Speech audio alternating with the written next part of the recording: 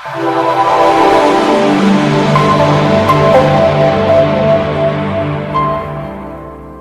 हालचाल। मैं सांक आप सभी का स्वागत करता हूं अपने यूट्यूब चैनल सांक स्टडी सर्कल पे। तो आई होप आप अच्छे होंगे, आपकी पढ़ाई अच्छी चल रही होगी, 9th के फर्स्ट एग्जाम के लिए आप तैयार होंगे और आपके स्कूल में आने वाला होगा चैप्टर न्यू। हमने इससे पहले 2 पार्ट ऑलरेडी बना दिए हैं।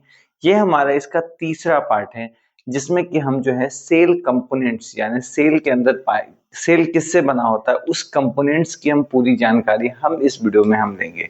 ठीक है, तो वीडियो पसंद आया तो प्लीज लाइक करें, शेयर करें और उन तक वीडियो पहुंचाएं जिनको इस वीडियो की नीड हो सकता है कि आपके फ्रेंड अभी 9th क्लास में होंगे, क्योंकि आप 9th क्लास में हैं तो बहुत सारे फ्रेंड होंगे, उन तक इस वीडियो को पहुंचाइए ताकि उनकी भी हेल्प हो जाए। चलिए तो आइए स्टार्ट करते हैं।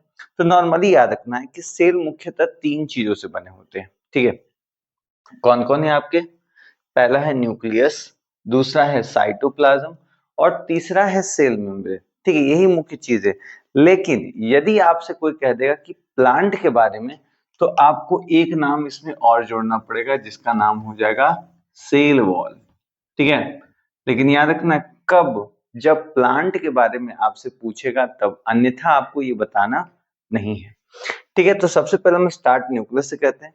कई सारे बुक्स में सेल मेम्ब्रेन से स्टार्ट करता है या सेल वॉल से, बट हम न्यूक्लियस से चीजों को स्टार्ट करें क्योंकि उसको समझना थोड़ा आसानी है। ठीक है, तो इसमें कहा गया है the nucleus was discovered by Robert brown इन 1831।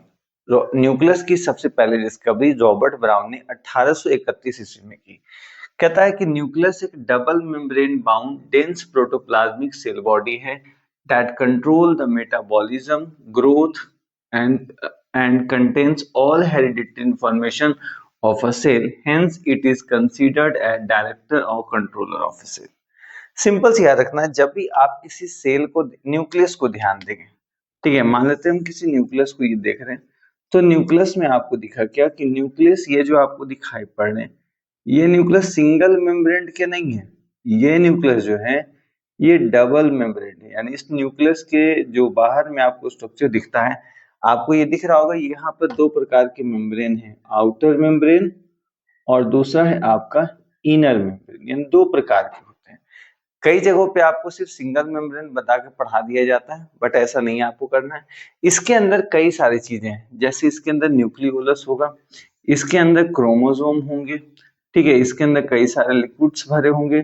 तो ये जो हेरिडिटरी मटेरियल जिसे आप क्रोमोसोम कहते हैं, बट इसके अंदर हम इसको क्रोमैटिन के नाम से जानते हैं, क्योंकि नॉर्मली तौर पे याद रखिए क्रोमोसोम फ्री नेचर में नहीं होते हैं, ये क्रोमैटिन नाम के एक जो वेव होते हैं उसके अंदर ये बंधे होते हैं। ये आपका क्या है? ये आपका न्यूक्लियोलस है। ठीक है, या जिसे न्यूक्लियाई भी कहते हैं। ठीक है सर, और क्या चीज है? न्यूक्लियस के अंदर जो लिक्विड होता है इसे हम कहते हैं न्यूक्लियोप्लाज्म या न्यूक्लियर मैट्रिक्स भी कहते हैं। न्यूक्लियस के स्थान पे यहाँ पे आपको कई सारे छोटे छोटे होल्स दिखते हैं जिसे हम कहते हैं न्यूक्लियर पोर कहते हैं। ठीक है, न्यूक्लियर पोर कहते हैं। तो काफी सारे और भी इसमें स्ट्रक्चर हैं, तो हम लोग उसके बारे में चीजें पढ़ेंगे। कहता है कि most of the eukaryotic cell contains at least one membrane bound nucleus but it is absent in mature RBC of the mammals. कई सारे ऐसे एनिमल सेल भी हैं जिसमें ये जो आपको न्यूक्लियस दिखता है ये सिंगल मेम्ब्रेन से होता है। लेकिन मुख्यतः अगर आपसे पूछा जाएगा कि ये बताइए कि जो न्यूक्लियस होता है वो सिंगल मेम्ब्रेन है या डबल मेम्ब्रेन, तो आपको बताना है कि न्यूक्लियस डबल मेम्ब्रेन होता है।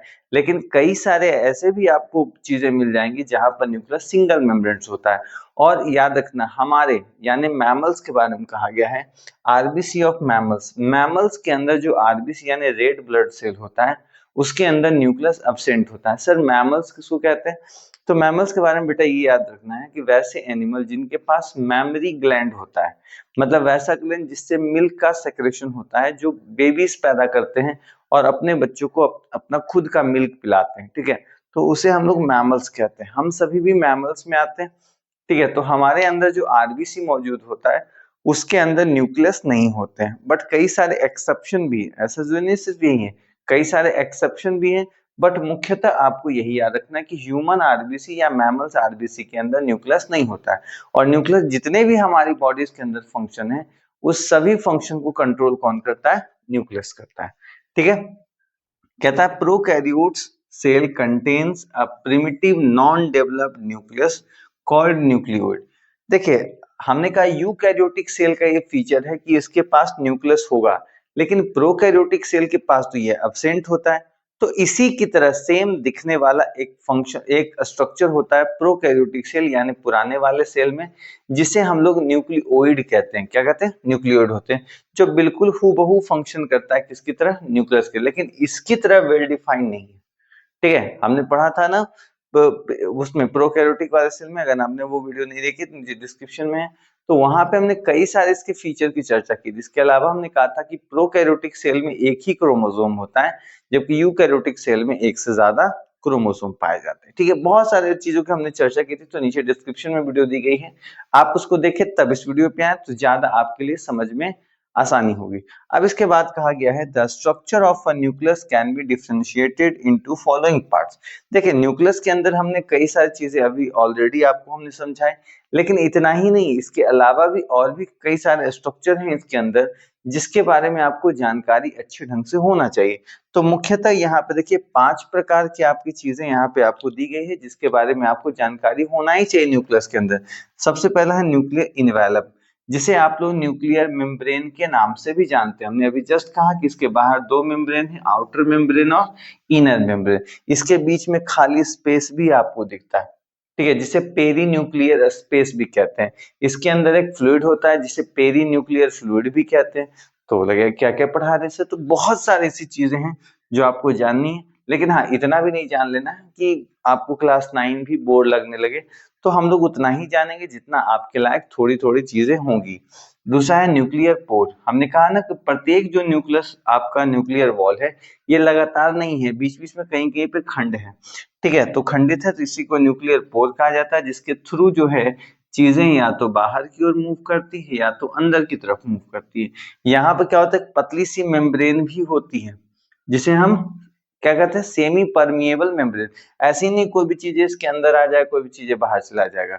सेमी परमिएबल का मतलब होता है कि कुछ चीजें जो इसकी मदद वाली चीजें या जो इसको चाहिए वही चीजें अंदर आएंगी, अन्यथा वो चीजें बाहर जाएगी।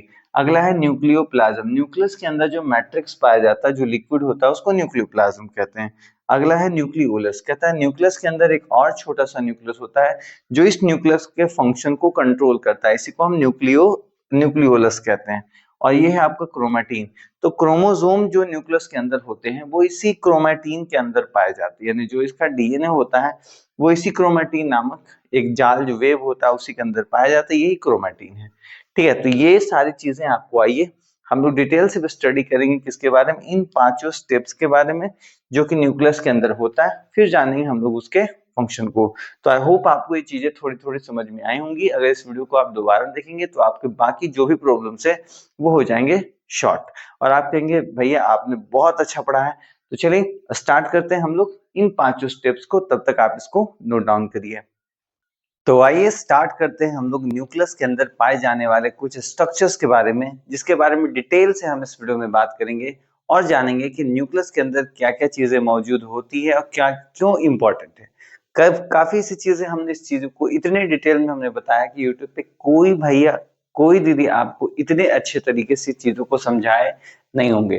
तो यदि आपको वीडियो पसंद आए तो वीडियो को जरूर लाइक करें, शेयर करें और इतना फैलाएं ताकि उनको भी ये पता चले कि आखिर रियली में पढ़ाई किसे कहते हैं।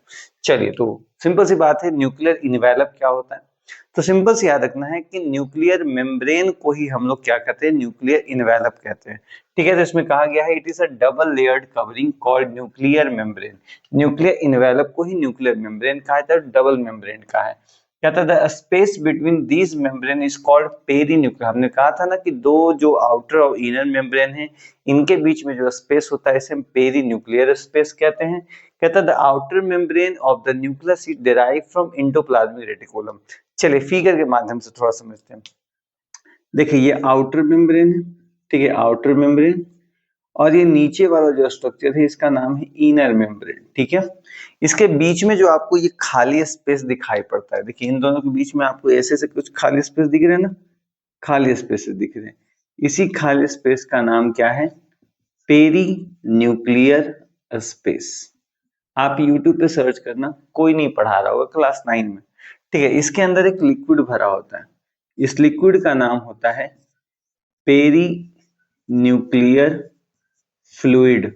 ठीक है, पेरी न्यूक्लियर फ्लूइड। ठीक है, जो प्रोटेक्शन करता है सेल को बाहरी चीजों से। अब याद रखना एक चीज, देखिए हम आपको बोनस चीजें बता रहे हैं, ये भी आपको कहीं नहीं मिलेगा। इनर वाले पार्ट में एक लेयर होता है, छोटे सा लेयर होता है, पतला सा लेयर होता है, जिसे लैमेला कहते हैं।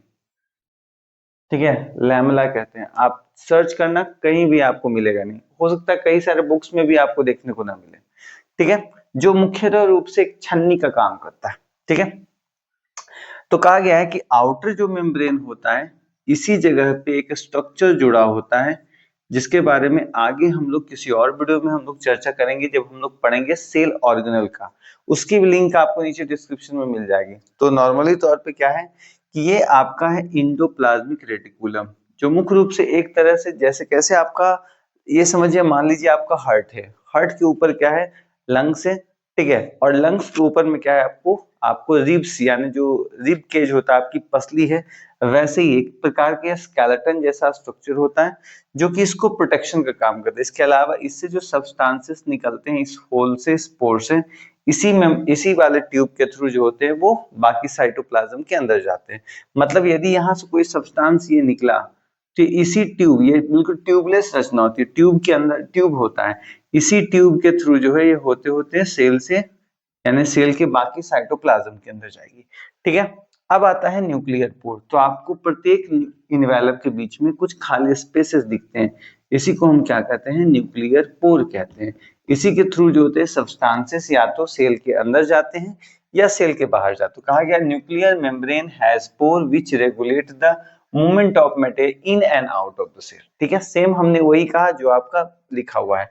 न्यूक्लियोप्लाज्म है, न्यूक्लियस के अंदर क्या होता है, जो लिक्विड होते हैं, सॉरी, न्यूक्लियस के अंदर जो लिक्विड भरा होता है, इसी को हम कहते हैं न्यूक्लियोप्लाज्म, या इसे हम न्यूक्लियर मैट्रिक्स भी कहते हैं। न्यूक्लियस के अंदर जो एक और छोटा सा सेल होता है, इसे न्यूक्लियोलस कहते हैं। ठीक है, तो देखिए इसके बारे में क्या लिखा हुआ है, it is the ground substance of nucleus. Ground कहने का मतलब इसके अंदर जो भरा हुआ सब्सटेंस है उसी को क्या कहते हैं, न्यूक्लियोप्लाज्म कहते हैं। Which is a complex colloidal fluid, ये गाढ़ा फ्लूइड होता है, और ऐसा होता है जिसके आर पास सही तरीके से देखा तो नहीं जा सकता, कि कुछ कुछ चीजें देखा जा सकता है। इस लिक्विड के अंदर क्या क्या होता है, इस लिक्विड के अंदर भरे होते हैं न्यूक्लियोटाइड्स, ठीक है, न्यूक्लियोसाइड्स। न्यूक्लियोटाइड्स का मतलब याद कीजिए, हमने जब सेल का शुरुआती चीजें पढ़ा था तो हमने उसमें बताया था कि न्यूक्लियोटाइड्स का मतलब डीएनए हो गया। ठीक है, न्यूक्लियोसाइड्स मतलब आरएनए पार्ट हो गया, मतलब कुछ ऐसे पार्टिकल जो डीएनए बनाने में हेल्प करते हैं। ठीक है, ऐसा नहीं कि वही डीएनए हो गया। तो न्यूक्लियोटाइड्स हो गए, न्यूक्लियोसाइड्स हो गए, डीएनए हो गए, प्रोटीन हो जाएंगे, एंजाइम्स हो जाएंगे, इसके अलावा वाटर मटेरियल्स हो जाए, तो काफी सारी चीजें हैं। ठीक है, इसलिए हमने ईटीसी लिख दिया है, लेकिन आप चाहें तो और भी इसमें चीजें ऐड कर सकते हैं, जैसे प्रोटीन, एंजाइम्स हो गए, वाटर सब्सटेंस हो गए, ऑर्गेनिक मैटर हो गए, इनऑर्गेनिक सब्सटेंस हो गए, सॉल्ट हो गए, ये सभी भी आप चीजें ऐड कर सकते हैं। तो कहता है न्यूक्लियोप्लाज्म के अंदर ही क्रोमैटिन और न्यूक्लियोलस होता है। ये जो आपको ग्रीन ग्रीन के धागे जैसी रचना दिख रही है ना, यही आपका क्या है, ये क्रोमैटिन है, धागे जैसी रचना होती है।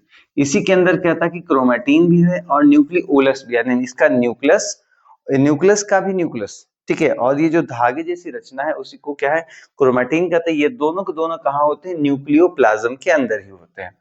ठीक है, अब आता है न्यूक्लियोलस, यानी main centre part of the nucleus. तो कहता है nucleolus is a spherical and non membranous structure which is continuous with the rest of the nucleoplasm। साफ साफ कहा गया इसके बाहर कोई मेम्ब्रेन नहीं होता है, इसलिए हमने इसमें मेम्ब्रेन की चर्चा नहीं की है। ठीक है, ये मेम्ब्रेन लेस ऑर्गेनल है जो कि सेल के अंदर पाया जाता है। यह मुख्यतः, इसका मुख्य काम control the function of nucleus है। ठीक है, ये भी कहाँ होता है, ये भी न्यूक्लियोप्लाज्म के अंदर ही होता है। ठीक है, इसके बाद है क्रोमैटिन है। कहता है क्रोमैटिन का होता है एक loose indistinct network of nucleoprotein fibres called chromatin. यानी कहता है कि कुछ जो क्या है, कुछ फाइबर्स जैसे, फाइबर्स यानी धागे जैसी जो रचना होती है, वो इस न्यूक्लियोप्लाज्म के अंदर तैरती रहती है, उसी को हम क्या कहते हैं, क्रोमैटिन कहते हैं। और ये क्रोमैटिन मुख्यतः बांध के किसको रखते हैं, ये बांध के रखते हैं क्रोमोसोम को, और उस क्रोमोसोम के अंदर पाए जाते हैं डीएनए, यानी हमारा जो बॉडी का जो गुण है वो इसी न्यूक्लियस के अंदर होता है। ठीक है, ये चीजें आप जान रखिएगा। अब ये देखिए कुछ बोनस चीजें हम आपको दे रहे हैं, ये भी आपको इंटरनेट पे कहीं देखने को नहीं मिलेगी, कहीं भी नहीं देखने को मिलेगी, ठीक है। चलिए तो देखते हैं क्या क्या चीजें। अब सिंपल से याद रखना, क्रोमेटिन दो टाइप के होते हैं, क्रोमेटिन दो टाइप के होते हैं। कौन कौन से टाइप होते हैं? एक टाइप होते हैं जिसे हम कहते हैं यूक्रोमेटिन, एक ही टाइप के जब धागे होते हैं तो उसको हम कहते हैं यूक्रोमेटिन। और एक होता है हेट्रोक्रोमेटिन, जब एक से अलग अलग अलग प्रकार के जो फाइबर जब एक साथ मिलते हैं तो उसे हम कहते हैं यूक्रोमेटिन। तो साफ साफ यहाँ पर देख रहे हैं लिखा हुआ है there are two types of chromatin, euchromatin and heterochromatin. अभी आप इतना ही जानिए, क्योंकि अगर आप बहुत ज्यादा जान गए तो फिर आपका क्लास 11th ही खत्म हो जाएगा, ठीक है। तो मैं नहीं चाहता कि आपका जो समय है वो इसी सब्जेक्ट में जाए, बाकी सब्जेक्ट पे भी आपको ध्यान देना है। तो अभी के लिए इतना ही चीजें हम जानते हैं कि क्रोमेटिन के दो टाइप होते हैं। इसके अलावा हमने आपको ये भी बता दिया कि न्यूक्लियर इनवेलप जो होता है ये दो मेम्ब्रेन से बना होता है, आउटर और इनर वाला मेम्ब्रेन। आउटर मेम्ब्रेन जुड़ा होता है किससे? आउटर मेम्ब्रेन जुड़ा होता है इंडोप्लाज्मिक रेटिकुलम से, जो मुख्यतः स्केलेटन का काम करता है। हमने कहा ना कि आउटर और इनर मेम्ब्रेन के बीच में एक स्पेस होता है जिसे पेरीन्यूक्लियर स्पेस कहते हैं। इस पेरीन्यूक्लियर स्पेस के अंदर एक फ्लूइड भरा होता है जिसे हम क्या कहते हैं? पेरीन्यूक्लियर फ्लूइड कहते हैं। और हमने जस्ट कहा कि इनर वाला जैसे बाहर का लेयर किससे जुड़ा है? ईआर से जुड़ा है, तो इनर का लेयर एक प्रकार के एक लैमिना नाम के स्ट्रक्चर से जुड़ा है। और याद रखना है ये जो आपको जितने सारे पोर दिखाई पड़ते हैं, यहाँ पर एक पतली सी सभी जगह एक मेम्ब्रेन होती है। इसी मेम्ब्रेन का नाम होता है सेमी परमिएबल मेम्ब्रेन। याद रखना इसका क्या नाम है? सेमी परमिएबल मेम्ब्रेन होता है, जो मुख्यतः ट्रांसपोर्टेशन को रेगुलेट करती है कि कौन से सब्सटेंस सेल के अंदर जाएंगे और कौन से सब्सटेंस सेल के बाहर रहेंगे, ठीक है। तो इस प्रकार ये पूरा स्ट्रक्चर था आपका न्यूक्लियस का। आई होप आपको ये वीडियो समझ में आ गया। वीडियो जहां पे भी अगर आपको कोई प्रॉब्लम आता है तो नीचे एक व्हाट्सएप नंबर दिया गया है, आप वहां से हमसे ये प्रश्न पूछ सकते हैं। और नीचे जो है कमेंट बॉक्स तो है ही आपका, तो कमेंट में जरूर बताएं कि आपको कौन सा सवाल है और हम अपनी वीडियो में और क्या सुधार कर सकते हैं। चलिए तो आइए अब स्टार्ट हम लोग करते हैं हमारा दूसरा स्ट्रक्चर, जिसका नाम है, क्या नाम है? साइटोप्लाज्म, ठीक है। तो पहले इसका थोड़ा सा फंक्शन जान लेंगे, दो तीन फंक्शन, उसके बाद हम लोग स्टार्ट करेंगे हमारा साइटोप्लाज्म। तो तब तक इसको नोट डाउन करिए आप। बात करेंगे फंक्शन ऑफ न्यूक्लियस की एंड साइटोप्लाज्म की, ठीक है। तो चलिए दिया हुआ है फंक्शन ऑफ न्यूक्लियस के बारे में। तो फंक्शन ऑफ न्यूक्लियस में सबसे पहला हमने जाना था कि ये सारे जो फंक्शन सेल के अंदर होते हैं उसको कंट्रोल करता है, ठीक है। तो साफ साफ लिखा गया है it control all the metabolic activities of the cell. दूसरा इट रेगुलेट सेल साइकिल, यानी जब भी सेल डिवीजन होना होता है तो सबसे पहला सेल डिवीजन न्यूक्लियस के अंदर ही होता है। इसीलिए कहा गया इट रेगुलेट सेल साइकिल, यानी सेल डिवीजन को रेगुलेट करने का काम भी किसके द्वारा होता है? सेल वॉल नहीं, न्यूक्लियस के द्वारा। नेक्स्ट है आपका it help in transmission of hereditary characters from one generation to another generation. जैसे अगर मेरा गुण मेरे आने वाले बच्चों में हो रहा है तो ये भी किसके कारण? न्यूक्लियस के कारण हो रहा है। मेरे अंदर यदि मेरे माता पिता का गुण आया है क्योंकि उनका जो सेल था, यानी उनके सेल का जो न्यूक्लियस था वो मेरे बॉडी में ट्रांसफर हुआ, इसी कारण ऐसा होता है। यानी आपका गुण आपकी आने वाली पीढ़ियों में, उसकी उसका गुण उसके आने वाली पीढ़ियों में जाएगा, क्योंकि आपके सेल के अंदर जो मौजूद न्यूक्लियस है, उस न्यूक्लियस के अंदर जो मौजूद आपके जेनेटिक मटेरियल है वो क्या हो रहे हैं? एक दूसरे के अंदर ट्रांसफर हो रहे हैं। तो ये काम भी किसके द्वारा होता है? ये न्यूक्लियस के द्वारा ही किया जाता है। तो ये तीन मुख्य फंक्शन थे आपके, ऐसे तो कई सारे फंक्शन है बट ये तीन आपके मुख्य थे। अब देखिए दूसरा टॉपिक जो हमें पढ़ना है वो है हमारा साइटोप्लाज्म। तो सिंपल से याद रखना है सेल के अंदर जो भी लिक्विड सब्सटेंस प्रेजेंट होते हैं, सेमी फ्लूइड सब्सटेंस प्रेजेंट होते हैं, उसी को हम कहते हैं साइटोप्लाज्म, ठीक है। कहता है कि cytoplasm is a general term used for all cellular contents located between the plasma membrane and the nucleus. कहता है कि अगर आप किसी भी सेल को देखें तो सेल के बाहर सेल मेम्ब्रेन कहिए या इसे आप प्लाज्मा मेम्ब्रेन भी कहिए, दोनों के दोनों सेम ही नाम है, और बीच में आपका न्यूक्लियस है। तो कहता है इन दोनों के बीच में जो भी आपको लिक्विड सब्सटेंस दिखाई पड़े, ये सारे सब्सटेंस को आप क्या कह देंगे? इस सारे सब्सटेंस को आप कह देंगे साइटोप्लाज्म।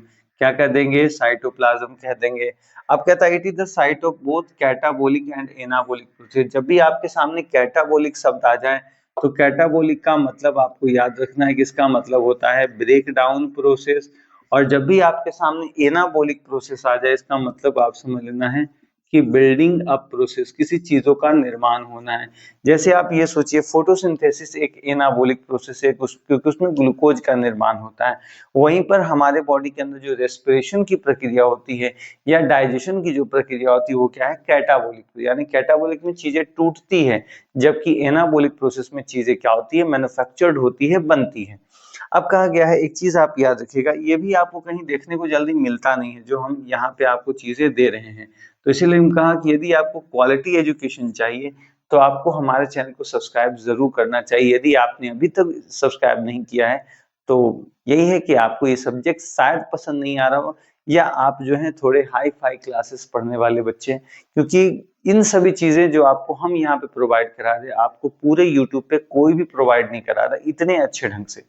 ठीक है, लोग 1 घंटे, सवा घंटे के अंदर पूरे सेल चैप्टर को खत्म कर रहे हैं, लेकिन आप फिर भी कुछ नहीं सीख पा रहे हैं। अगर आपसे 2-3 सवाल एक्स्ट्रा पूछ लिए जाएं तो आपको कुछ भी नहीं मालूम। लेकिन यदि आप हमारे चैनल से जुड़ते हैं तो हो सकता है कि ये सारा लेक्चर शायद 2 या ढाई घंटे या 3 घंटे में समाप्त हो, लेकिन उसके बाद सारे प्रश्न जो हैं आपके बनेंगे। कुछ दिन में हमारे चैनल पे इसका वन शॉट वीडियो भी आने वाला है, जिसमें हम 1 घंटे के अंदर भी हम समेट रहे हैं इस चैप्टर को। लेकिन फिर भी हम बोलेंगे कि बाकी कंटेंट्स के मुकाबले, बाकी लोगों के मुकाबले भी हमारा कंटेंट उसमें भी आपको ज्यादा देगा। ठीक है, तो सिंपल से याद रखना है कि नॉर्मली तौर पे जो सेल होता है, यानी जो साइटोप्लाज्म है, इसकी डिस्कवरी जो है 3 साइंटिस्ट ने मिलकर की थी। एक साइंटिस्ट ने इसका खोज नहीं किया था। देखिए कौन कौन है, कहता है इनका नाम है जॉर्ज पैलाडे, जिन्होंने राइबोसोम की डिस्कवरी की थी और जिनको फादर ऑफ सेल बायोलॉजी भी कहा जाता है। ठीक है, क्रिश्चियन डी डबे हो गए, इसके अलावा अल्बर्ट क्लॉडे हो गए। इन तीनों ने मिलकर इसकी डिस्कवरी की, लेकिन इसका नाम नहीं रखा। जैसे आप ये सोचिए, हम सभी जब पैदा हुए होंगे तो हमारा नाम हो सकता है कि हमारे माता पिता ने न रख के किसी और ने रखा होगा।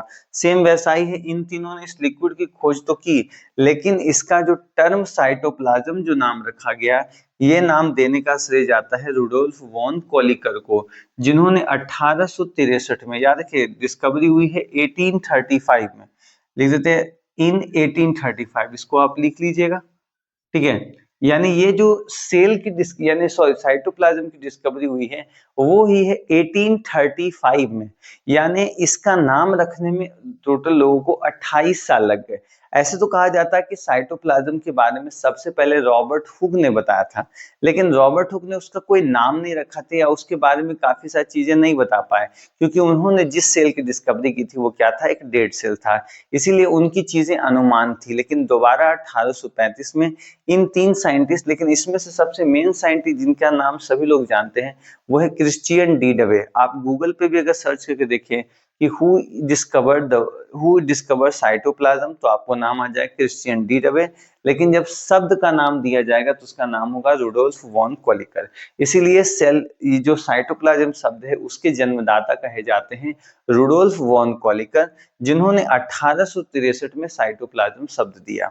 अब साइटोप्लाज्म के अंदर मुख्यतः दो ही चीजें होती है, एक होता है साइटोसोल। ठीक है, आप कह सकते हैं कंपोनेंट्स कंपोनेंट्स ऑफ साइटोप्लाज्म। ये भी चीजें आपको कहीं भी इंटरनेट पर मिलने वाली नहीं है, कहीं भी नहीं आपको मिलेगा। किसी भैया दीदी के यहाँ आप पढ़ लीजिए, कोई फायदा नहीं। सबसे पहला जो शब्द है जिसका नाम है साइटोसोल, और दूसरे हैं आपके ऑर्गेनल्स। ऑर्गेनल्स, जब आप शब्द साइटोसोल इस्तेमाल करते हैं तो याद रखिए इसके अंदर वे मटेरियल पाए जाते हैं, यानी इसके अंदर आप ऐसे समझ लीजिए जितने भी ऑर्गेनिक मटेरियल जैसे carbohydrate, fats, amino acid, protein, ये सब, इसके अलावा हाई अमाउंट ऑफ वाटर, ये सभी साइटोसोल है। ठीक है, साइटोसोल के बारे में हमने क्या कहा, इसके ये क्या है, एक जेली सीरप लाइक स्ट्रक्चर है। ठीक है, syrup like structure which contains, ये क्या कंटेन करता है, which contain carbohydrate, carbohydrate, fats, amino acid, amino acid, glucose and high amount of water, and high amount of water. ठीक है, वहीं पे ऑर्गेनल्स क्या है, ऑर्गेनल्स वो पार्ट होते हैं जो सेल को फंक्शन करने में हेल्प होते हैं, कह सकते हैं the parts that help in functioning of cell, जिसके अंदर मुख्यतः माइटोकॉन्ड्रिया, गोल्गी बॉडी, ये सभी चीजें आती है। तो ये याद रखना है कि मुख्यतः दो ही चीजें जो होती है साइटोप्लाज्म के अंदर मुख्यतः पाई जाती है। एक का नाम है आपका साइटोसोल और दूसरे का नाम है ऑर्गेनल्स। तो इस प्रकार आपका जो है हमने साइटोप्लाज्म के बारे में भी जान लिया। इसको आप अच्छे तरीके से एक बार रिवाइज करें ताकि आपको जो है ये टॉपिक इतना ज्यादा बेहतर हो जाए कि कहीं से भी कोई सवाल यदि आपसे पूछा जाए तो ये आप कर सके। ऐसा नहीं कि ये सिर्फ 9 क्लास में काम नहीं है, आप कोई भी कॉम्पिटिटिव एग्जाम भी देते हैं वहां पे भी इससे सवाल आएंगे तो आप अच्छे तरीके इसको बना सकते हैं। तो आइए अब हम लोग स्टार्ट करते हैं हमारा तीसरा टॉपिक जिसका नाम है सेल मेम्ब्रेन। तब तक आप इसको नोट डाउन करिए। तो अब हम लोग स्टडी करेंगे अबाउट सेल मेम्ब्रेन के बारे में। देखिए सबसे महत्वपूर्ण टॉपिक है हमारा सेल मेम्ब्रेन, काफी आपको जरूरी है याद रखना। अगर ये आप भूल गए तो समझ जाइए आपका सारा जो सेल का जो टॉपिक है शुरुआती में जो आपने पढ़ा वो सारा गुड़ गोबर हो जाएगा। ठीक है, और ये आप बिल्कुल नहीं चाहेंगे कि आपका सारा किए कराए पे पानी फिरे। तो इसीलिए आप इस वीडियो को ध्यान से देखिए ताकि आपको सारी चीजें बिल्कुल अच्छे तरीके से समझ में आ जाए। तो आइए ध्यान देते हैं। कहता है कि सेल मेम्ब्रेन को ही हम कहते हैं प्लाज्मा मेम्ब्रेन। अब कहेगा सर ऐसा क्यों है? देखिए नॉर्मली तौर पे याद रखिए, आप ऐसे सोचिए कि साइटोप्लाज्म के बारे में आपने पढ़ा ना अभी इसके जस्ट पहले, उसी प्रकार से एक और लिक्विड की डिस्कवरी हुई जिसका नाम था प्रोटोप्लाज्म। ठीक है, तो प्रोटोप्लाज्म तो नॉर्मली ऐसा उस समय ऐसा माना गया कि साइटोप्लाज्म वो उस सेल उसमें होगा जिसके बाहरी मेम्ब्रेन को हम सेल मेम्ब्रेन कहेंगे, जबकि यदि किसी सेल के बाहरी आवरण को हम प्लाज्मा मेम्ब्रेन कह रहे हैं तो उसके अंदर जो मौजूद लिक्विड होगा उसको हम प्रोटोप्लाज्म कहेंगे। ठीक है, यानी वैसा सेल जिसके अंदर प्रोटोप्लाज्म प्रेजेंट होगा उसके लिक्विड को हम क्या कहेंगे, उसके मेम्ब्रेन को हम क्या कहेंगे, प्लाज्मा मेम्ब्रेन। देखिए हम लोग चर्चा करेंगे आगे किसी और वीडियो में कि साइटोप्लाज्म और प्रोटोप्लाज्म में मुख्यतः क्या अंतर होता है, लेकिन हम आपको एक छोटी सी भाषा में बस ये समझा सकते हैं। यदि कोई सेल है और जिसके अंदर कुछ भी नहीं है, यानी सिर्फ सेल मेम्ब्रेन है, न्यूक्लियस, साइटोप्लाज्म, उसके अंदर और कोई रचना नहीं है, तो वैसे सेल के अंदर जो लिक्विड होगा उसको साइटोप्लाज्म कहेंगे। लेकिन यदि किसी सेल के अंदर जो है mitochondria, Golgi body, endoplasmic reticulum यानी सभी प्रकार के सेल ऑर्गेनल प्रेजेंट हो जाएं तो वैसे सेल के जो लिक्विड होंगे उसको हम लोग कहेंगे प्रोटोप्लाज्म।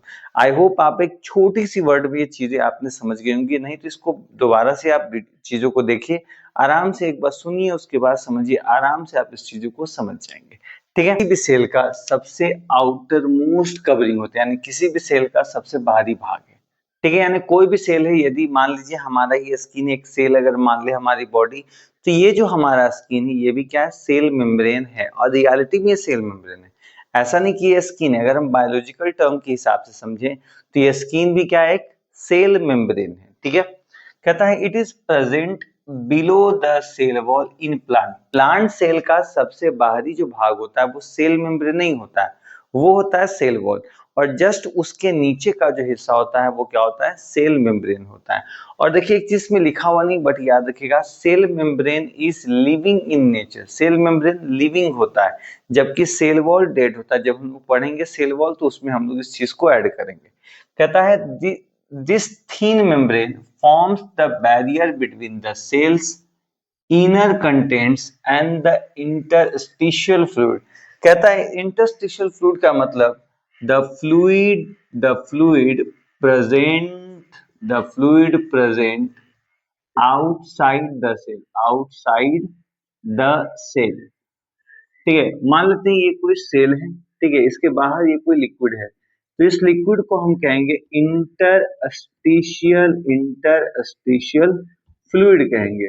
ठीक है, और अंदर के अंदर जो लिक्विड है उसका नाम है साइटोप्लाज्म। ठीक है, तो आप ये सोचिए कि अंदर का लिक्विड और बाहर का लिक्विड, इन दोनों के बीच में एक मेम्ब्रेन है, यानी यही मेम्ब्रेन है आपका। इसी मेम्ब्रेन को हम क्या कह रहे हैं, सेल मेम्ब्रेन कह रहे हैं। ऐसे याद रखिएगा, जो साइटोप्लाज्म होता है उसके अंदर याद कीजिए, हमने बताया कि उसके अंदर जो मेन फ्लूइड है वो साइटोसोल है, और साइटोसोल को हम कहते हैं इंटरस्टिशियल फ्लूइड, ये सॉरी इंटरस्टिशियल है तो उसको हम कहेंगे इंट्रासेल्यूलर फ्लूइड। ठीक है, क्या कहेंगे? इंट्रासेल्यूलर फ्लूइड कहेंगे। कहता है it is present in both eukaryotic and prokaryotic cell, चाहे वो सबसे पुराने सेल हो या सबसे नए सेल हो, यानी जो प्रोकैरियोटिक हो या यूकैरियोटिक हो, दोनों सेल का जो सबसे बाहरी आवरण होता है वो क्या होता है बेटा? वो सेल मेम्ब्रेन होता है। ठीक है, कहता है कि cilia, flagella and microvilli are examples of modified cell membrane existence. तो नॉर्मली याद रखना, आपने कई बार कोई प्रोकैरियोटिक सेल देखा हो जिसके बाहर इस प्रकार का फ्लैजिला होता है, छोटे छोटे हेयर लाइक स्ट्रक्चर होते हैं जिसे सिलिया कहते हैं। तो नॉर्मली याद रखना, ये सारे जो स्ट्रक्चर होते हैं ये एक्सटेंशंस होते हैं, यानी कोई बाहरी छोर होता है किसका? किसका बेटा? क्या, कौन सा टॉपिक हम पढ़ रहे हैं? सेल मेम्ब्रेन का। यानी ये सारे स्ट्रक्चर्स बने होते हैं किसके? किसके द्वारा? सेल मेम्ब्रेन के द्वारा। कहता है कि plasma membrane is a selectively permeable membrane which allow some substances to pass through them more rapidly than other। आप ऐसे समझो, आप कोई बाम लगाते हो या कोई भी क्रीम लगाते हो या कोई ऑयल इस्तेमाल करते हो, तो कभी कभी आपके साथ ऐसा हो जाता है कि किन्हीं किन्हीं का स्किन पे आके आपने उस चीज को लगाया, कुछ देरी के बाद वो चीजें गायब हो गई। कहाँ गायब हो गई? क्योंकि आपके स्किन ने उस चीजों को सोख लिया, क्योंकि उस चीज की आपके स्किन को जरूरत होगी या वो चीजें उसके आर पार जा रही, लेकिन आपने कुछ ऐसी चीजें स्किन पे लगा ली जो सोख ही नहीं रहा। जैसे बहुत ज्यादा मात्रा में अगर आप ऑयल लगा ले तो वो हमारा स्किन सोख ही नहीं पाता है, उसको एब्जॉर्ब ही नहीं कर पाता है। इसका मतलब वो जो फ्लूइड है वो सेल मेम्ब्रेन को नहीं चाहिए। तो वही कहा गया है कि कुछ, यानी जो हमारा सेल मेम्ब्रेन होता है ये सेलेक्टिवली परमिएबल, सेलेक्टिव यानी चीजों को छाट के, जैसे एग्जाम में वही बच्चे पास होते हैं जो क्या है, पढ़ के जाते हैं, यानी वो सेलेक्टिव होते हैं, पास होंगे। जो बच्चे फेल कर जाते हैं इसका मतलब उन्होंने उस चीज की अच्छे से तैयारी नहीं की। जॉब उन्हीं को लगेगा जो जॉब की तैयारी कर रहे हैं और साथ में साथ क्या है, उस जॉब को क्रैक करेंगे। जो लोग पढ़ाई बिल्कुल नहीं कर रहे हैं उनको जॉब नहीं लगेगा, वो क्या होंगे, सिलेक्शन नहीं ले पाएंगे। तो वैसा ही है। कहता है कि it also prevent the movement of some other material, इसके अलावा ये चीजों को मूवमेंट में भी हेल्प करता है। तो हमने कहा यदि किसी चीज को सेल के अंदर आना है या सेल के बाहर जाना है तो इसे किससे होकर गुजरना पड़ेगा? ये गुजरना होगा सेल मेम्ब्रेन के। अगर सेल मेम्ब्रेन उसको अलाउ करता है तभी वो चीजें या तो सेल के अंदर जाएगी या सेल से बाहर जाएगी। ठीक है, तो याद रखना, सेल जिस लिक्विड में होता है, सेल के बाहर जो लिक्विड होता है उसे हम कहते हैं इंटरस्टिशियल फ्लूइड, और सेल के अंदर जो लिक्विड होता है उसे हम कहते हैं इंटरसेल्यूलर फ्लूइड कहते हैं, या इंटरसेल्यूलर लिक्विड भी कह सकते हैं। अब कहता है कि जो प्लाज्मा मेम्ब्रेन किसका बना होता है? तो प्लाज्मा मेम्ब्रेन मुख्यतः दो सब्सटेंस का बना होता है, एक का नाम है लिपिड और दूसरे का नाम है प्रोटीन। इन दोनों को जोड़ने तो कई जगह आपको लिखा मिलेगा लिपोप्रोटीन। लिपो शब्द लिपिड्स वाले से आया है, प्रोटीन सब प्रोटीन से है। तो लिपिड प्रोटीन या लिपोप्रोटीन से भी आप कह सकते हैं, जिसका रेशियो क्या है, 2:1, यानी कह सकते हैं कि जब 2:1 में लिपिड और प्रोटीन को मिलाया जाता है तो किसका निर्माण होता है? सेल मेम्ब्रेन का, जिसमें 2 पार्ट लिपिड का होता है और 1 पार्ट प्रोटीन का होता है। और उसमें भी ये प्रोटीन 2 प्रकार के होते हैं, इंट्रिंसिक प्रोटीन या एक्सट्रिंसिक प्रोटीन। इसी का दूसरा नाम भी है पेरिफेरल एंड इंटीग्रल प्रोटीन। तो अभी जस्ट हम लोग समझेंगे क्या होता है, क्या क्या चीजें हैं तो उसके बारे में। तो देखिए नीचे आपके क्या कुछ मॉडल्स दिए गए हैं। तो बात ये हुआ कि पहले समय में क्या हुआ, कई वैज्ञानिकों को कहना था कि सेल मेम्ब्रेन ऐसा होता है, कई बार कहा गया नहीं सेल मेम्ब्रेन कुछ ऐसा होता है, तो कई सारे मॉडल आए। शुरुआत में जो मॉडल आया उसको कहा गया यूनिट मेम्ब्रेन मॉडल। ठीक है, यूनिट मेम्ब्रेन मॉडल। बाद में आ गया क्या, बाद में कोई और मॉडल आ गया। ठीक है, यानी जो सेटिस्फैक्टरी, जैसे आप याद कीजिए हम लोग जब सौर मंडल यानी अपना जो सोलर सिस्टम है, जब उसके हम खोज के बारे में पढ़ते तो कई सारा आता है, नहीं ये थ्योरी है, फलाना थ्योरी है, न्यूक्लियर मेम्ब्रेन थ्योरी है, या अलग अलग प्रकार के जो भी थ्योरी होते हैं। अब उसमें से क्या है, फिर एक थ्योरी सही हुई जिसको बिग बैंग थ्योरी कहा गया, जिसने हमारे सारे प्रश्नों के जवाब दिए। उसी प्रकार हमारे जो सेल मेम्ब्रेन की जब डिस्कवरी होने लगी तो कई सारे थ्योरियां चली, ये होगा, वो होगा, फलाना होगा, ढिमकाना होगा। तो उस बीच में क्या है कि 1972 में क्या होता है कि एक साइंटिस्ट आते हैं, दो साइंटिस्ट, एक का नाम होता है सिंगर और एक का नाम होता है निकोलसन। इन्होंने एक मॉडल दिया, एक तरीका बताया, इसी को कहा गया आगे चल के फ्लूइड मोजाइक मॉडल। तो आइए सबसे पहले हम इसका एक फिगर डायग्राम बनाते हैं। आई होप आपने ऊपर कुछ न कुछ लिखा होगा, यदि नहीं तो इसको पॉज करके आराम से आप इस चीजों को लिख लीजिए। हम इसका एक थोड़ा सा एक छोटा सा एक पिक्चर ऊपर बना रहे हैं ताकि हमें ये टॉपिक समझने में आसानी हो, क्योंकि बड़ा ही महत्वपूर्ण है फ्लूइड मोजाइक मॉडल। आपके स्कूल के एग्जाम में भी आ सकता है या कहीं और भी आपसे पूछा जा सकता है, या टीचर हम ही आपसे पूछ देंगे और पता चला कि आप नहीं बताएंगे तो फोन में घुस के आपको मारेंगे कि आपने क्यों नहीं पढ़ा इस चीजों को। तो आइए सबसे पहले हम लोग इसको एक फिगर के माध्यम से थोड़ा समझते हैं कि आखिर ये चीजें हैं क्या। तब तक आप ऊपर वाले पार्ट को नोट डाउन करिए। मैंने आपको कहा कि जब तक इसका फिगर आप नहीं समझेंगे तब तक आपको इसको समझना बड़ा ही मुश्किल होता है। ठीक है, नॉर्मली देखिए फिगर के हिसाब से समझते हैं, उसके बाद हम लोग जो है थ्योरी को समझेंगे कि थ्योरी क्या कहता है। तो नॉर्मली कहा गया है कि हमारा जो स्किन होता है यानी हमारा जो सेल मेम्ब्रेन होता है, ये सबसे पहले दो जो लिपिड होते हैं, लिपिड के बाइलेयर। देखिए यहाँ पर ये जो आपको स्ट्रक्चर ये दिखाई पड़ता है, ये दो टांगों वाला, ठीक है, ये क्या है, ये लिपिड है। और ये लिपिड में भी कैसा लेयर है, ये लिपिड में भी कैसा, ये फॉस्फोलिपिड है। देखिए इसके दो दो भाग है, ऊपर का जो हिस्सा है और नीचे का हिस्सा, दोनों अलग अलग है। नीचे का जो हिस्सा है इसको हम कहते हैं हाइड्रोफोबिक, ठीक है, हाइड्रोफोबिक पार्ट कहते हैं। ठीक है, हाइड्रोफोबिक का मतलब वो जो कि पानी से भागता हो, जो पानी में रहना नहीं चाहता हो, यानी आप कह सकते हैं कि वाटर हेटर है, ये वाटर हेटर है, यानी इसको पानी से नफरत है। वहीं पे जब आप ऊपर वाले हिस्से को देखते हैं तो इसे हम कहते हैं हाइड्रोफिलिक पार्ट। क्या कहते हैं, हाइड्रोफिलिक पार्ट कहते हैं, जिसको हम लोग कहते हैं वाटर लवर। क्या कहते हैं, वाटर लवर, इसको पानी से प्यार है। ठीक है, इसीलिए याद रखिए सीधा जाने की जो हिस्सा हमें ऊपर से दिखाई पड़ता है वो हिस्सा होता है हाइड्रोफिलिक पार्ट। वहीं पे दूसरा हिस्सा जो इसका जड़ होता है, जो रूट होते हैं, ये नीचे के हिस्से होते हैं, ये मुख्यतः इसके नीचे पाए जाते हैं, इसके अंदर पाए जाते हैं।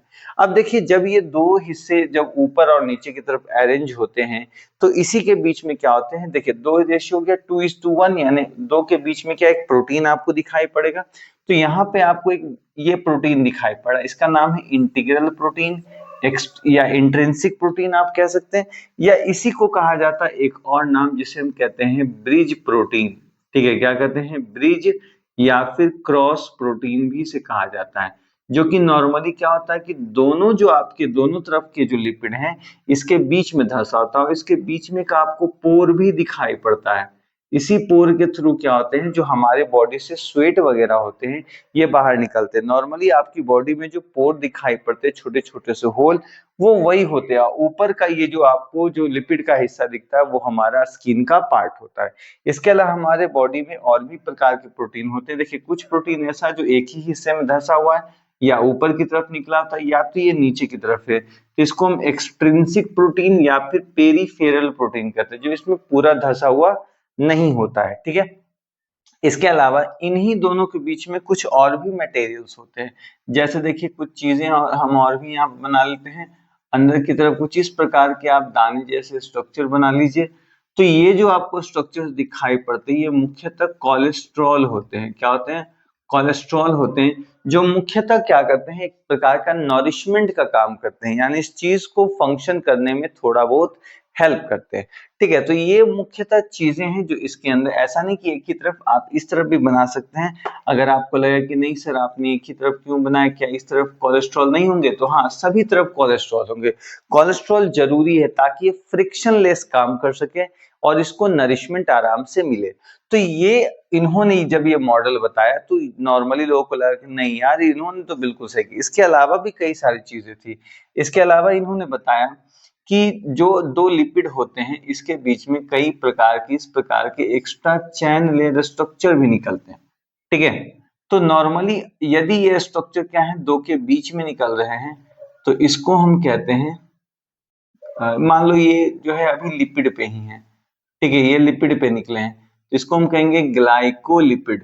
ठीक है, ये चैन यदि क्या है, जैसे देखते हैं हेयर वगैरह जो निकलते हैं, अगर ये आपके होल्स के पास से नहीं आए हैं तो इसको हम कहेंगे, यानी पूरे स्किन पे आपको दिखाई पड़े तो इसको हम कहेंगे ग्लाइकोलिपिड।